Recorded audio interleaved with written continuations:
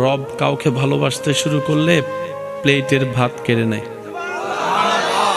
আমরা কাউকে ভালোবাসলে এসি রুমে রাখি, রব কাউকে ভালোবাসলে ইব্রাহিম নবীর মতো আগুনে ফেলে।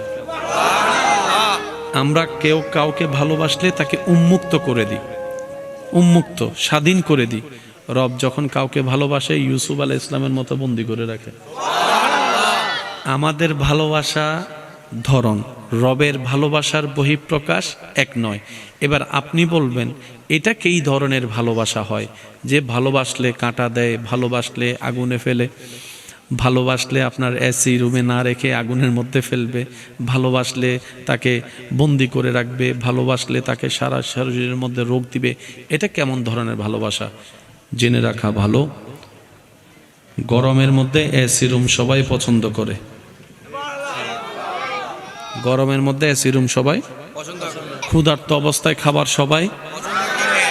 আর এই ক্ষেত্রে ভালোবাসার আসল কি নকল বোঝা যায় না। ভালোবাসা তো তখন বোঝা যায় যখন চতুর্দিকে সবকিছু স্বচ্ছতা, ফ্রেশনেস আছে, কোনো জামিলা নাই, হাতে হাত রেখেছে, এটা ভালোবাসা নয়।